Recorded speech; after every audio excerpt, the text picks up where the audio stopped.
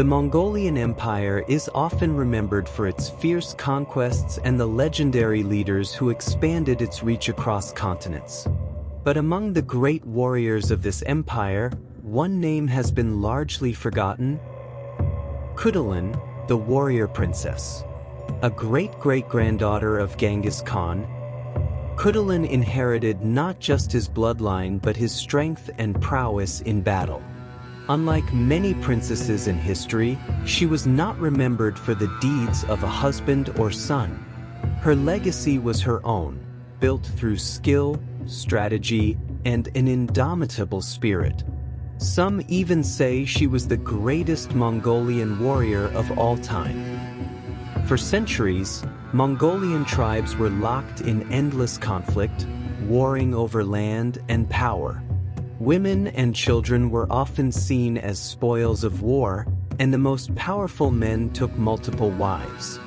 Then came Genghis Khan, a masterful strategist and ruthless warrior. He did what no one before him had achieved.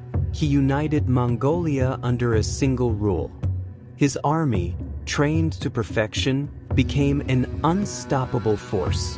They fought with a brutal efficiency that struck fear across the world. Genghis Khan's ambition knew no bounds. After conquering Mongolia, he set his sights far beyond its borders. His empire stretched across Asia, the Middle East, and into Europe, becoming the largest the world had ever seen. Yet, despite their reputation for warfare, the Mongols also ushered in a period of innovation, promoting trade, diplomacy, and religious tolerance. After Genghis Khan's death, his descendants carried on his legacy. His grandson, Kublai Khan, ruled Mongolia in 1260, but his reign was troubled by internal strife. Civil wars broke out, and even family members turned against one another. Among these conflicts, a man named Kaidu, Kublai Khan's cousin, rose to power as the leader of the House of Ogdi.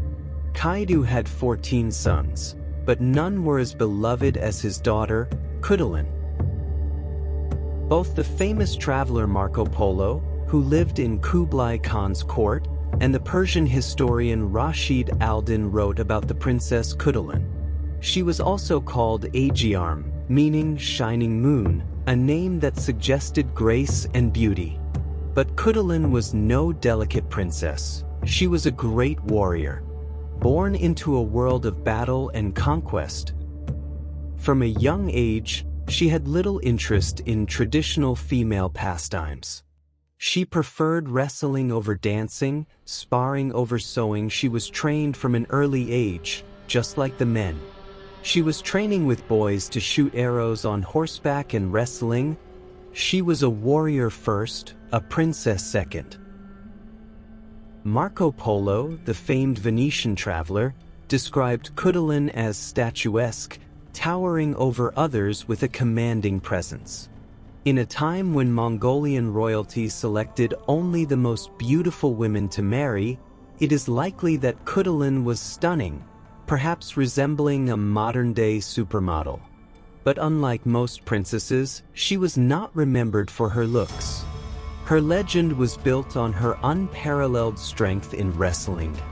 Khutulun trained relentlessly, defeating every opponent who dared to challenge her. When she came of age, suitors lined up to seek her hand in marriage. As the daughter of King Kaidu, she was expected to marry well, forming alliances that would strengthen the empire. But Khutulun had her own ideas. She declared that she would only marry a man who could defeat her in wrestling. Her father, impressed by her strength and determination, granted her wish. An official proclamation was sent across the empire. Any man who wished to marry Khutulun had to best her in combat, and according to Polo, if the men who wrestled her lost, they were to give her 100 horses. Yet, one by one, they fell before her. With every victory, her herd grew.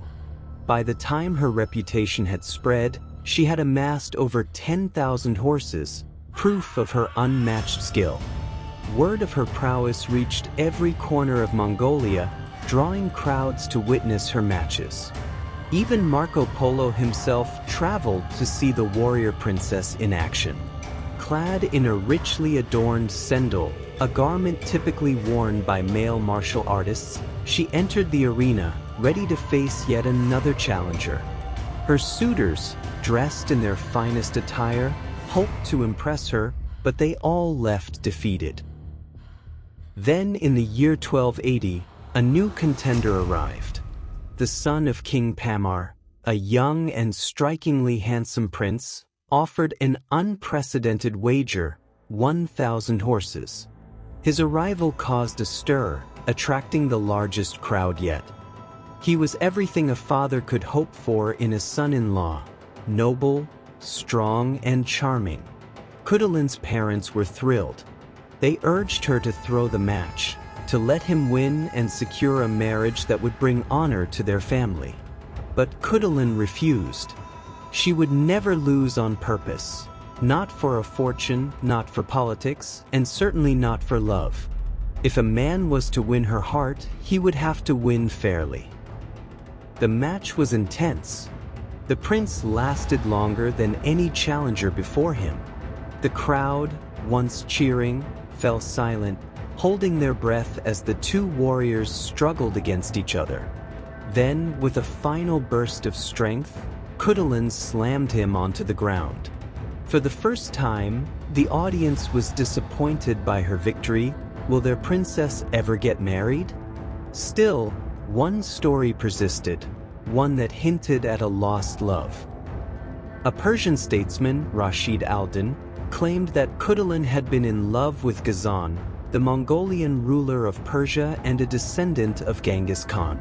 If true, their relationship would have been complicated. They were cousins, and a union between them may have been considered unacceptable. Whether she truly loved him or not, history tells us that she never married Ghazan. He converted to Islam, changed the course of Persian history, and wed another princess, Khutulun, known as the Blue Princess for her beauty. Marco Polo himself had escorted Khutulun across the desert to meet her new husband. If Khutulun had ever longed for Ghazan, she had to watch him choose a woman who was everything she was not: delicate, dainty, and adorned in silk rather than armored. Khutulun rode into battles alongside her father, leading his troops with unmatched skill. She could charge into the fray at breakneck speed, her agility making her a formidable force. But it was her sheer strength that struck fear into the hearts of her enemies. Marco Polo described her technique that became legendary. Khutulun would gallop toward an enemy soldier, snatch him up with one hand, and lift him clean off the ground, all while riding at full speed. Then, as if she were a hawk swooping down on its prey, she would carry the unfortunate soldier back to her side of the battlefield, leaving the enemy in awe and terror. Kaidu knew that his daughter was more than just a warrior, she was his strongest soldier. In recognition of her skill, he awarded her a silver medallion called a jaraj, an honor given only to the most elite warriors. It was the equivalent of being named a general. To this day, Khutulun remains the only Mongolian woman ever to receive such an honor. And when the time came to name a successor, Kaidu Khan wanted no one else but his daughter to lead. Yet tradition stood in the way. A woman ruling as Khan? It was unheard of. Though Kaidu wished to break this ancient custom, the reality was clear: Mongolian law would not allow it. But Khutulun didn't protest. She had never sought power in a throne room. Her place was on the battlefield, not behind walls negotiating politics. Still, she remained at her father's side, attending his councils, absorbing the intricacies of leadership, and earning the respect of the men around her. The matter of succession was set aside, and her 14 brothers assumed that one of them would eventually take their father's place. But in 1301, as Kaidu lay dying, he made his final wish known: Khutulun should be the next Khan. By now, Khutulun was 41 years old, no longer the young warrior who once wrestled for her own freedom, but a seasoned general, respected and feared across the empire. And this time, she was ready to lead. Her brothers, however, were not. They refused to accept their sister as their ruler. The title of Khan was instead given to a man named Dua, and with that decision, Kaidu's final wish was denied. 5 years later, in 1306, Khutulun was dead. How she died remains a mystery.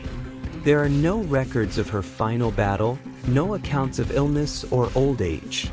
Some believe she was killed in a power struggle, betrayed by those who could not accept her leadership. Others think she may have fallen in battle, fighting as she always had, with courage, strength, and defiance.